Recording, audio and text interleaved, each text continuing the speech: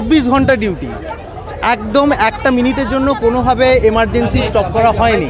এরপরেও এই অভিযোগ কী করে আসতে পারে যে পরিষেবা না দেওয়ার জন্য পেশেন্টের মৃত্যু হয়েছে? আমি তো এর মধ্যে কোনো কারণ খুঁজে পাচ্ছি না। এই মিথ্যা কথাগুলো রটানো হচ্ছে যে পেশেন্ট মারা যাচ্ছে, এগুলো পুরোপুরি ভিত্তিহীন।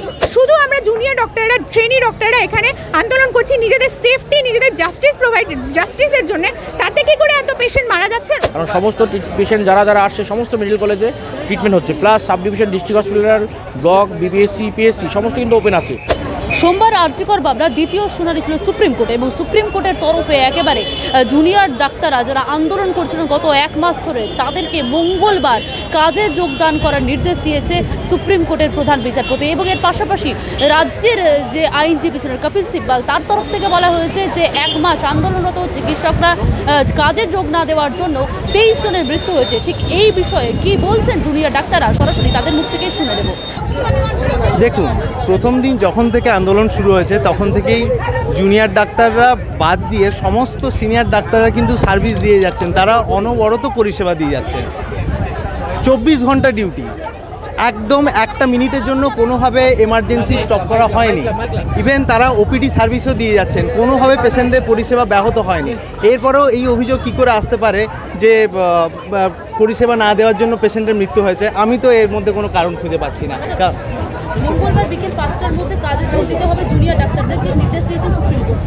এইটা নিয়ে আমাদের জেনারেল বোর্ড মিটিং হবে, এবং তারপর আমরা যে মিটিংয়ের মধ্যে যে ডিসকাশন হবে সেটার বেসিসে আমরা ডিসাইড করতে পারবো যে নেক্সট কী পদক্ষেপ নেওয়া যায়। এবং এখনই এই মুহূর্তে কিছু বলা সম্ভব। প্রথম রিয়াকশন, আমি সিনিয়র ডক্টর জুনিয়র ডক্টরদের পাশে আছি। ওই যে একটা সিআইএসএফ এর জওয়ান দিয়ে আর্জি করে বলে দেওয়া হলো যে তাদের সিকিউরিটি দেওয়া হলো, আপনার কাজের জায়গায় ভিতরে ঢুকে আপনারা কি সিআইএসএফ জওয়ান দিল আপনারা কাজে নামবেন?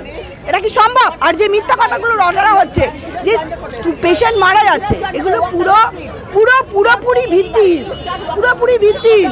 আমাদের কালকেই এমএসপিপি বলেছে যে তাকে আমরা সিনিয়র ডক্টররা যথেষ্ট করে যাচ্ছি, পাশে জুনিয়রদের আছি।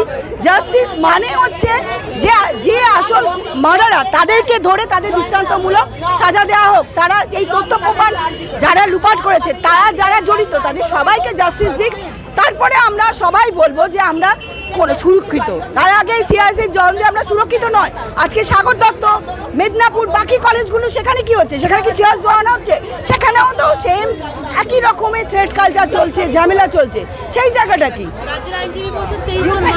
উনি যেটা বলেছেন সেগুলো নিয়ে আমি কোনো কিছু বলতে রাজি, মানে আমি সেটা বলতে পারবো না উনি কোন ভিত্তিতে বলেছেন। ম্যাক্সিমাম ক্ষেত্রে এগুলো একটা রটানো হচ্ছে জুনিয়র ডাক্তারদের চাপ দিয়ে প্রশাসন ওদের কাজে ফিরিয়ে আনার জন্য। ওদের যেটা ওদের দাবি সেটা তো না মেনে উল্টো দিকে কাউকে যদি চুপ করানো হয়, সেই জায়গা কিন্তু এখন নেই। সারা পৃথিবীর মানুষ জেগে গেছে। সুতরাং এইভাবে কাউকে জোর করে কিছু করা যাবে না। আমরা জানি না কি করা উচিত, আমরা ওদের পাশে আছি। ওরা যা ভালো বুঝবে তাই করবে। আমরা উচ্চ আদালতের কাছে আমরা যথেষ্ট আশা রাখি তারা সুবিচার পাবো। তাদের আগে ধরে দৃষ্টান্তমূলক শাস্তি দেওয়া হোক, তারপরে আমরা ভাববো।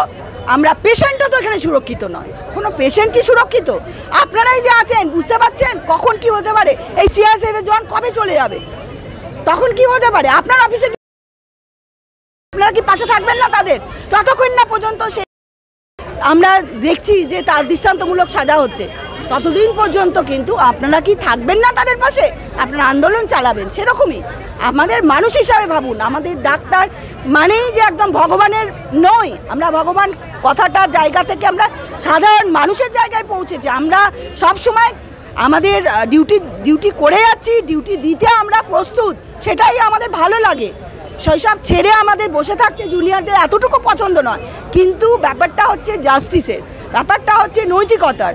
এইভাবে জোর করে চাপিয়ে কোনো কিছু হবে না। আর যেভাবে জিনিসটা চলছে একটা রাজনীতি, সেইটা তো আপনারা ভালোই বুঝছেন। সুতরাং আমার থেকে আপনারাই এর উত্তরে আপনাকেই বলছি, আপনার অফিসে ঢুকে বা যে কোনো আদালতের মধ্যে একজনকে যদি ওরই মধ্যে কাজের জায়গায় কোনো কারণে টয়লেটে গেছে বা কিছু করছে, সেই সময় যদি তাকে মার্ডার রেপ করা হয়, তাহলে কি সেই হিয়ারিংটা সেদিন থাকবে না? যতদিন সিআইএসএফ থাকলো ওখানে হিয়ারিং চলবে কি? যতক্ষণ না রেপিস্ট মার্ডারের আপনারা দৃষ্টান্তমূলক শাস্তি দিচ্ছেন ততদিন পর্যন্ত কিন্তু আপনারা সবাই এক পায়ে তার পাশে থাকবেন। তাহলে ডাক্তারদের সঙ্গে কেন নয়? আমি যে একটা সিনিয়র ডক্টর হিসেবে কখনোই জুনিয়র ডক্টরদের বলবো না তোমরা এই আন্দোলন থামিয়ে তোমরা কাজে নামো। তাদের যদি মনে হয় ওরই মধ্যে ম্যানেজ করতে চাই, সেটা তাদের ব্যাপার, তাদের আন্দোলনের সঙ্গে আমরা আছি, এর থেকে বেশি কিছু বলার নেই। উনি কোথা থেকে এই ডেটা পাচ্ছেন? আর আমি যদি মেনেও নিই 23 জনের মৃত্যু হয়েছে, উনি কি এটা কম্পেয়ার করেছেন যে আগের মাসে কতজনের মৃত্যু হয়েছে আর এই মাসে কতজনের মৃত্যু হয়েছে?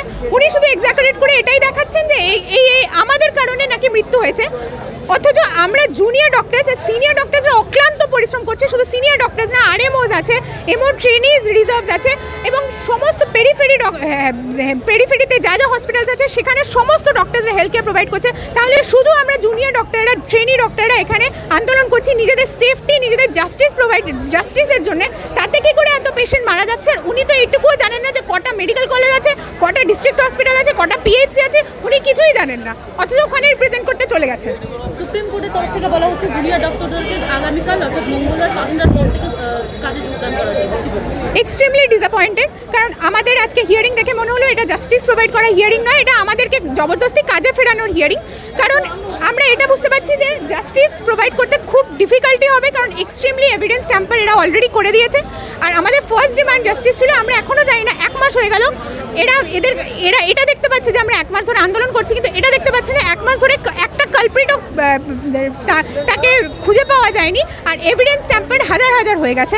তো ফার্স্ট অফ অল জাস্টিস হবে কিনা জানি না, সেফটি যেখানে বলা হচ্ছে সেফটি মেজার্স ইনিশিয়েট হবে, সেটাও 2 সপ্তাহ আগে হিয়ারিংয়ে বলা হয়েছিল ইনিশিয়েট করতে, এখনও কিন্তু কিছু ইনিশিয়েশন আমি আমার ডিপার্টমেন্টে দেখতে পাইনি।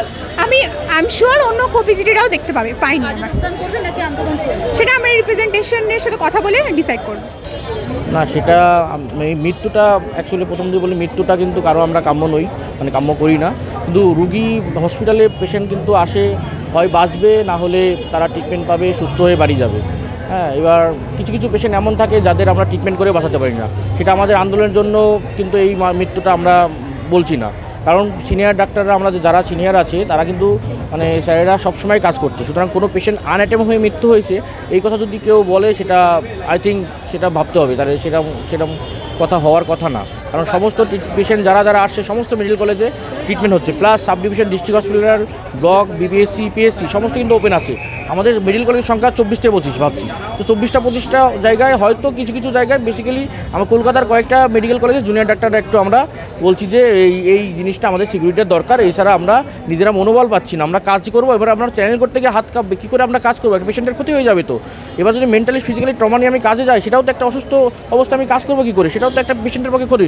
পরে ওটি করতে গিয়ে কিছু একটা কারো প্রবলেম হলো, তখন তো সেটাও তো একটা পেশেন্টের মানে খারাপ দিক যাবে না। তো আমাদের যখন মেন্টালি ফিজিক্যালি যদি আমরা সুস্থ না হই, আমরা সেই কাজে ফিরবো, আমাদের সেই মাইন্ড বিল্ড আপ, মানে আমাদের সেই সাহসটা তো আমাদের জোগাতে হবে। সেই সাহসটা আমরা এখনও পর্যন্ত পাচ্ছি না। সুপ্রিম কোর্ট এখন বলেছে কাজে যোগদান, আমরা প্যানজিবি মিটিং হবে, তারপরে সেটা আমাদের মিটিং হবে। মিটিং হওয়ার পরে ডিসিশন নেব কী করা যায়। কিছু কারণ এই যে সুপ্রিম কোর্টে বলা হলো যে 23 জনের মৃত্যু, এর আগের মাসে কতজনের মৃত্যু হচ্ছে সেটা কি কিছু বলেছে? সেটা কিছু তো আই থিঙ্ক জানি না কেন বলেছে, কারণ প্রতি মাসেই কিছু না কিছু মৃত্যু হয়, আকাঙ্ক্ষিত কিছু মৃত্যু হয়। সেটা শুধু মানে 23 জনের একটা সংখ্যা, সেটা বলে আর থেকে বেশি হয়তো মারা গেছে। কিন্তু কিছু পেশেন্ট আমরা আছে তারা বাঁচাতেই পারেন, তারা শুধু হসপিটালে এলেই যে আমরা সবাইকে বাঁচাতে পারবো এরকম কথা নয়। হ্যাঁ, তার জন্য যে আমাদের আন্দোলনকে দায়ী করতে হবে এরকম কোনো মানে নেই। তার জন্য এটা পারফেক্টলি মানে আইনজীবী একদম হয়ে তিনি একদম এরকমভাবে কথা বলছে যে হ্যাঁ, তার জন্য হসপিটালে ওরা জুনিয়র ডাক্তাররা দায়ী। আমাদের সিনিয়ররা তো চিকিৎসা করছে, প্রতিটা পেশেন্ট অ্যাটেন্ড করা হচ্ছে, তাহলে কীভাবে মারা গেল তারা নিশ্চয়ই কোনো সেরকম গুরুতর আহত আছে। গুরুতর আহত যদি অবস্থায় কেউ আসে, তাহলে তারা আমরা কী করতে পারি? তাহলে আমরা যতটা সত্য আমরা চিকিৎসা করতে পারি, জীবন দেওয়ার ক্ষমতা আমার জাদুবল নেই আমাদের।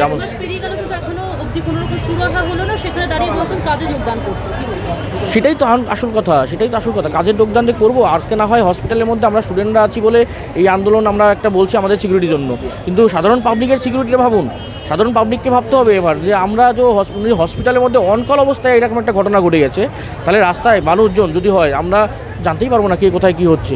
তো তার পরিস্থিতি, তার কথা ভাবুন, সে তখন তাহলে কী করবে? তার যদি কিছু হয়ে যায় তার দায়িত্ব সমাজ কি নেবে? সমাজের যদি এই সময় যদি সমাজ যদি না ভাবে যে একজন ডাক্তার এরকম হয়ে গেল অনকল অবস্থায়, তাহলে আমরা কতটা ঠিক? আমরা তবু অনকল রুমে আমরা এতটাই সেফ থাকি যে না, আমরা দরজা বন্ধ করি না, বাড়িতে আমরা তালা দিয়ে ঘুমাই, বাড়িতে লক করে ঘুমাই, দরজা দিয়ে ঘুমাই, কিন্তু অনকল অবস্থা আমরা এতটা সেফ যে আমরা দরজা খুলে ঘুমাই। তাহলে বাড়িতে দেখুন মিটিং হবে, তারপরে মিটিং হয়ে ডিসিশন হবে, সবাই যা ডিসিশন নেবে সেরকম। বাংলা হান্টের আরও খবর দেখতে নজর রাখুন। বাংলা খবর মানেই বাংলা হান্ট।